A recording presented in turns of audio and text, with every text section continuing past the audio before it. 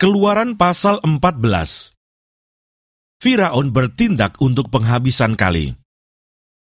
Berfirmanlah Tuhan kepada Musa demikian, katakanlah kepada orang Israel, supaya mereka balik kembali dan berkemah di depan Pi-hahirot, antara Migdol dan laut.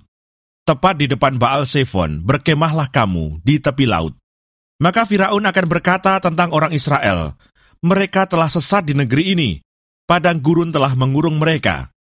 Aku akan mengeraskan hati Firaun, sehingga ia mengejar mereka, dan terhadap Firaun dan seluruh pasukannya, aku akan menyatakan kemuliaanku, sehingga orang Mesir mengetahui bahwa akulah Tuhan.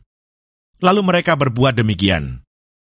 Ketika diberitahukan kepada Raja Mesir bahwa bangsa itu telah lari, maka berubahlah hati Firaun dan pegawai-pegawainya terhadap bangsa itu, dan berkatalah mereka, apakah yang telah kita perbuat ini, bahwa kita membiarkan orang Israel pergi dari perbudakan kita? Kemudian ia memasang keretanya dan membawa rakyatnya serta. Ia membawa 600 kereta yang terpilih. Ya, segala kereta Mesir, masing-masing lengkap dengan perwiranya. Demikianlah Tuhan mengeraskan hati Firaun, Raja Mesir itu, sehingga ia mengejar orang Israel. Tetapi orang Israel berjalan terus dipimpin oleh tangan yang dinaikkan. Adapun orang Mesir, segala kuda dan kereta Firaun, orang-orang berkuda dan pasukannya mengejar mereka dan mencapai mereka pada waktu mereka berkemah di tepi laut, dekat Pi-hahirot, di depan Baal-Zephon. Ketika Firaun telah dekat, orang Israel menoleh, maka tampaklah orang Mesir bergerak menyusul mereka.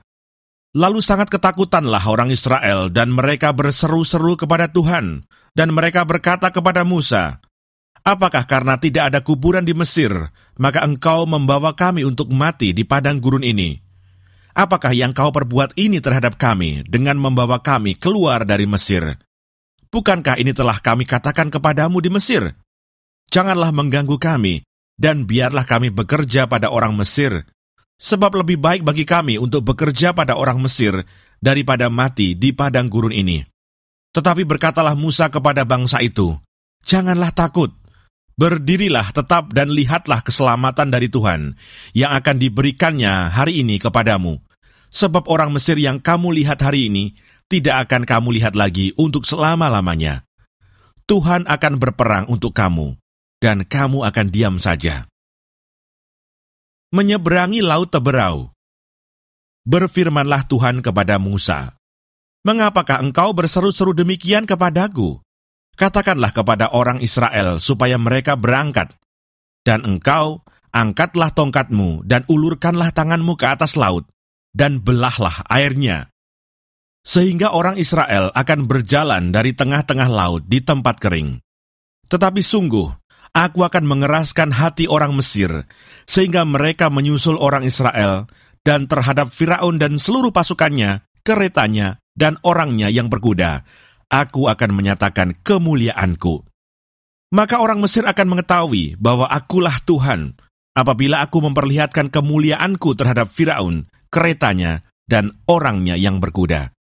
Kemudian bergeraklah malaikat Allah, yang tadinya berjalan di depan tentara Israel, lalu berjalan di belakang mereka, dan tiang awan itu bergerak dari depan mereka, lalu berdiri di belakang mereka.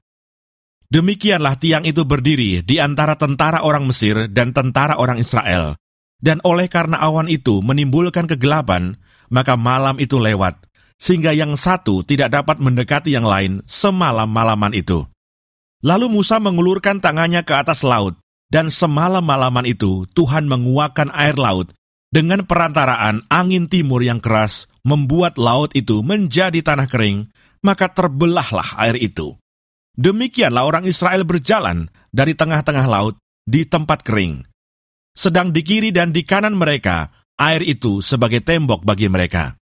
Orang Mesir mengejar dan menyusul mereka, segala kuda Firaun, keretanya, dan orangnya yang berkuda, sampai ke tengah-tengah laut. Dan pada waktu jaga pagi, Tuhan yang di dalam tiang api dan awan itu memandang kepada tentara orang Mesir, lalu dikacaukannya tentara orang Mesir itu.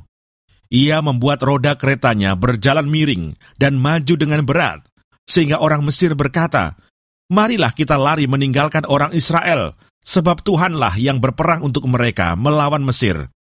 Berfirmanlah Tuhan kepada Musa, ulurkanlah tanganmu ke atas laut, supaya air berbalik meliputi orang Mesir, meliputi kereta mereka dan orang mereka yang berkuda. Musa mengulurkan tangannya ke atas laut. Maka menjelang pagi berbaliklah air laut ke tempatnya, sedang orang Mesir lari menuju air itu. Demikianlah Tuhan mencampakkan orang Mesir ke tengah-tengah laut. Berbaliklah segala air itu, lalu menutupi kereta dan orang berkuda dari seluruh pasukan Firaun yang telah menyusul orang Israel itu ke laut. Seorang pun tidak ada yang tinggal dari mereka. Tetapi orang Israel berjalan di tempat kering dari tengah-tengah laut, sedang di kiri dan di kanan mereka air itu sebagai tembok bagi mereka.